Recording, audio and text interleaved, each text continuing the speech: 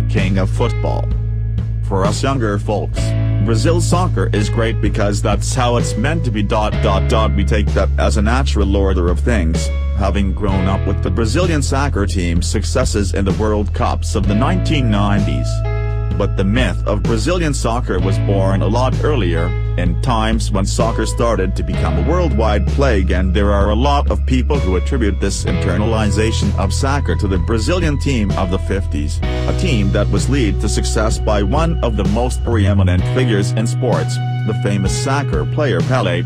Born Edson Arantes to Nascimento, Pele climbed a steep mountain from living his youth in a poor Brazilian family, to becoming one of the most beloved figures in the modern history of sports. His father was a footballer himself, playing for Fluminense in the Brazilian league, and it was only natural that young Pele would follow his father's footsteps in the game. He wasn't always known as Pele though. Rumor has it that this nickname was given to him in primary school, as he kept misspelling the name of one of his favorite players at that time, Vasco da Gama's goalkeeper Bile. His schoolmates gave him this new nickname and mostly made fun of him, so he obviously disliked it, so much that he punched the fellow classmate that coined the nickname.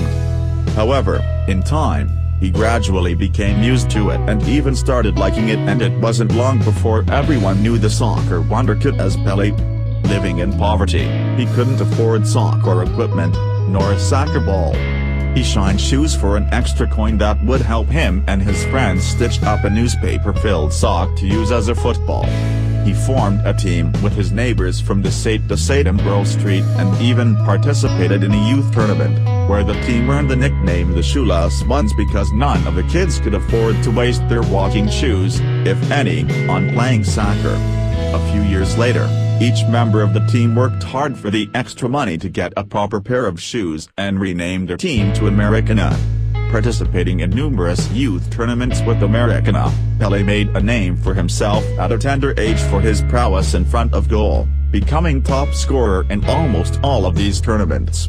At the tender age of 15, he caught the eyes of one of the biggest teams in Brazil, FC Santos, who offered him a contract, and by 16 he was already a member of the senior squad.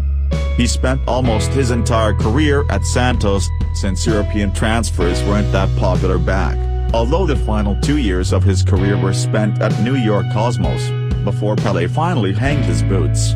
Pele made his debut in the Brazilian soccer team in the same year he debuted as Santos senior squad, when he was just 16 years old. Amazingly, he was taken onto the 1958 World Cup squad, at age 17, becoming the youngest player in the competition.